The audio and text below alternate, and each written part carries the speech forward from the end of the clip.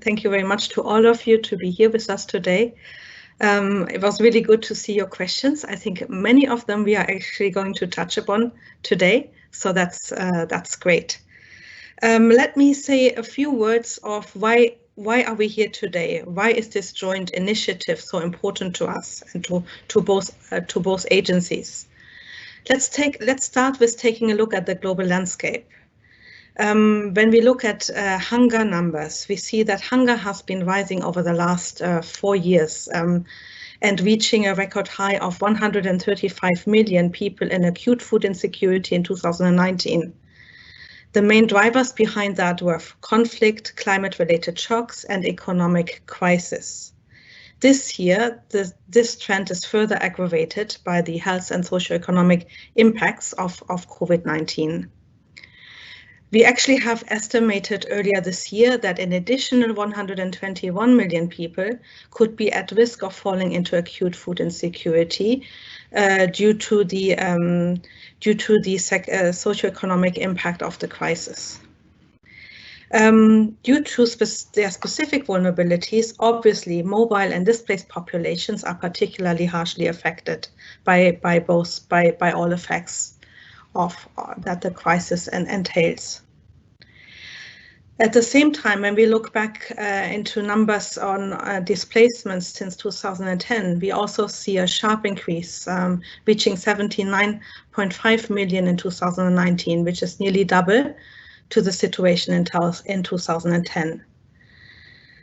We know that both are very closely intertwined: conflict, hunger, and displacement. For example, 80% of the displaced population are in countries affected by acute food insecurity and malnutrition. We also know that in countries with the highest level of food insecurity and conflict combined with armed conflict, actually have the highest outflows of refugees. And just to name a few countries, South Sudan, Afghanistan, DRC, just to name a couple of them. Unfortunately, while these needs and numbers, while needs are growing, the funding gap for humanitarian assistance has been consistently widening over the last years. Just to give you an example, for WFP at the moment, we are trying to increase the number of people that we assist from 100 million to 135 million. However, there is still a funding gap of more than $5 billion just to meet the needs up to March 2021. Obviously, also a number of refugee operations are unfortunately affected by those resource constraints that the whole humanitarian community is facing.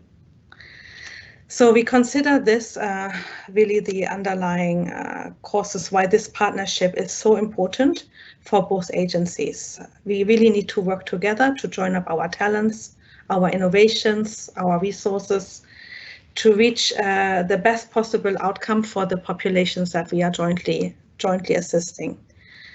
We have to think about both short-term solutions, but also think about longer-term solutions. And we have to make sure that those that are in greatest needs are not left behind. Let's move to the next slide, please.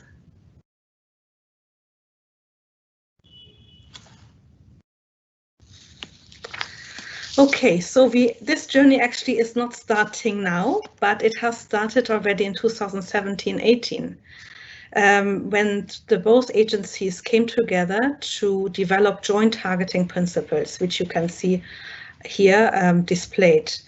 They were developed through extensive consultation processes at all levels, and probably quite a number of you have been involved already during that time. The principles outline how UNHCR, WFP, and partners are working together through a collaborative process throughout the entire targeting process. The principles were actually signed by the two head of agencies, which shows you that the importance and commitment to work together at the very highest level.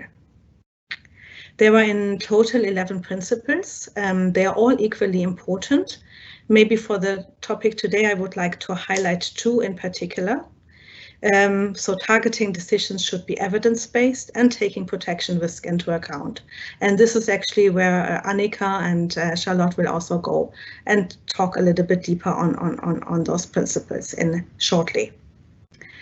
So now after the principles, we realized there needs to be guidance to actually operationalize those principles. And therefore, we worked all together, again, with the support of many of you, to develop the joint targeting guidance.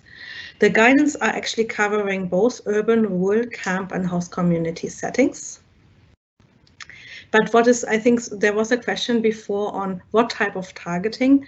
Maybe just to mention here up front that the targeting guidance actually focuses on the provision of basic needs assistance, which includes food assistance.